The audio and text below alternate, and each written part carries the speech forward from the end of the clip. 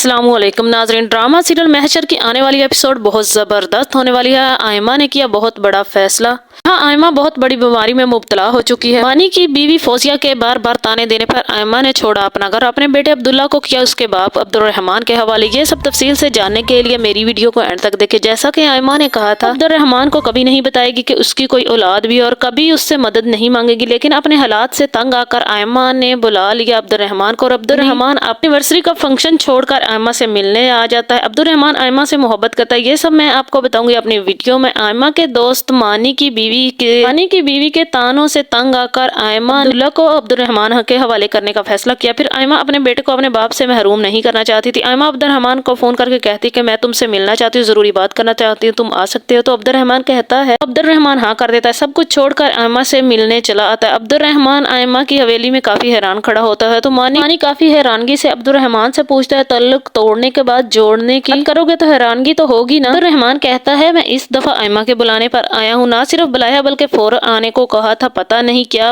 Important बात करना चाहती। दूसरी अब्दुर्रहमान की दूसरी बीवी पारिस कभी काफी परेशान होती है। मीर के टाइम पर घर न आने पर मीर के दोस्त अहमद के पूछने पर वो बताती है कि मुझे पूरा यकीन है कोई ऐसी सिचुएशन होगी, कोई ऐसा काम होगा जो बहुत इम्पोर्टेंट होगा, जिसे वो अवॉइड नहीं कर सकता था, इसलिए नहीं आया वो पार्टी। आगे से अहमद कहता है, यही तो बात अलार्मिंग है कि वो ऐसा कौन सा काम या इंसान है जो आपसे ज्यादा इम्पोर्टेंट, जो अपनी एनिवर्सरी छोड़कर वो चला गया। कि बीवी अहमद की बात सुनकर काफी परेशान होती है और सोचने लगती है कुछ। अब्दुर्रहमान को आयमा अपने कमरे में बुलाती है और कहती है कि मैंने तुमसे बहुत जरूरी बात करनी है। मैंने तुमसे एक बहुत बड़ा सच छुपाया था, अब वक्त आ चुका है तुम इसका सच का सामना करो। तो अब्दुर्रहमान बहुत हैरान होता है। वो कहता है, आयमा तुम इतना सस्पेंस क्यों क्रिएट कर रही हो, जो भी बात है तुम मुझे जल्दी बताओ और मुझे बहुत परेशानी हो रही है। इतनी देर के बाद एक नौकरानी एक बच्चे को लेकर वहाँ आ जाती है। अब्दुर्रहमान इस बच्चे को देखकर काफी हैरान खड़ा होता है और सोच रहा होता है कि ये बच्चा कौन है। वो आयमा से पूछता है तो आयमा बताती है। आयमा कहती है, अब्दुर्रहमान तुम्हारा और मेरा बेटा है, ये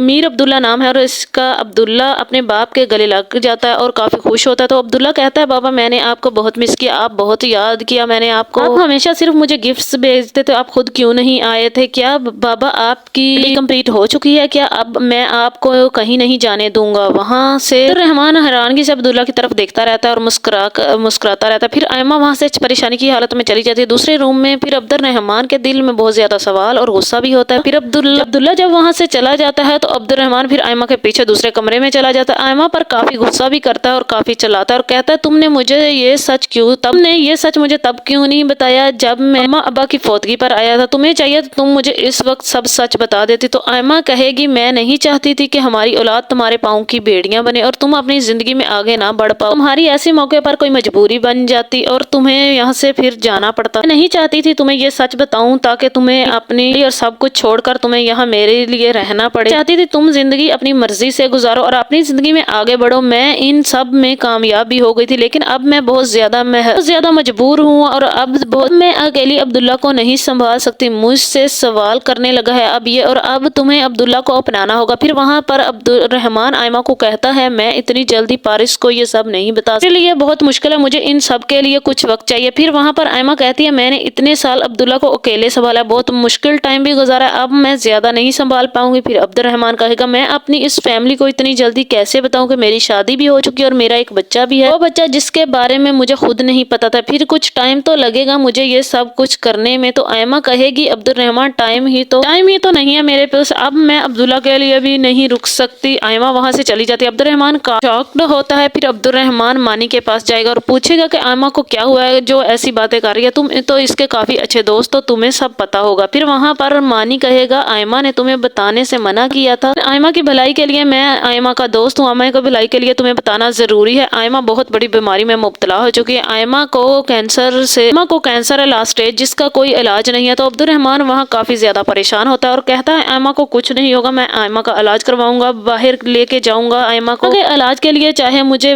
कहीं भी जाना पड़े, आयमा को कुछ नहीं होने दूंगा। तो मानी कहेगा, आयमा के کے لیے तुम्हें इतना परेशान देखकर मुझे अच्छा लगा, लेकिन मैं अपने सोर्सेज से बहुत कोशिश कर चुका हूँ, लेकिन इसका कोई इलाज मुमकिन नहीं है। हमारी कोशिशों का अब कोई फायदा नहीं है। अब वक्त आ गया कि तुम इस मुश्किल वक्त में आयमा का साथ दो। ये नहीं कि अपने बेटे को अपनी दूसरी फैमिली के पास लेके जाओ और अपनी दूसरी बीवी को सारी हकीकत बता दो। अब वक्त आ गया है ये साबित करने का अब्दुर्रहमान के आयमा का साथ देगा या इस मुश्किल वक्त में आयमा के साथ खड़ा रहेगा या छोड़ देगा अब्दुर्रहमान आयमा का साथ। क्या अब्दुर्रहमान अब्दुल्ला को अपनी दूसरी बीवी के पास ले जा सकेगा और मिलवा पाएगा अपना बेटा? दुआ कर रही। मुझे लगता है अब अब्दुर्रहमान अपने बेटे और आयमा को अपने साथ ले जाएगा। वहाँ पारिस के पूछने पर पारिस को सब सच बता के देगा। फिर पारिस अब्दुर्रहमान से नाराज हो जाएगी और काफी झगड़ा करेगी और पारिस अहमद के साथ वापस चली जाएगी। फिर आयमा पारिस को रोकने के लिए एयरपोर्ट पर जाएगी। वहाँ जाकर आयमा की तबीयत काफी खराब हो जाएगी और आयमा को अस्पताल ले जाएगा। पारिस भी साथ जाएगी और पारिस भी आयमा की तबीयत खराब देखकर वहाँ रुक जाएगी। आयमा की मौत हो जाएगी। पारिस आयमा के बेटे को अपना लेगी अब्दुर्रहमान को माफ करके। इस बारे में आप लोगों की क्या राय है मुझे कमेंट करके जरूर बताएं। मुझे लगता है रस नाराज तो काफी होगी मीर से, लेकिन फिर उसे माफ कर देगी। मुझे अपनी राय का इजहार कमेंट करके जरूर बताएं। मुझे आप लोगों की राय का इंतजार रहेगा।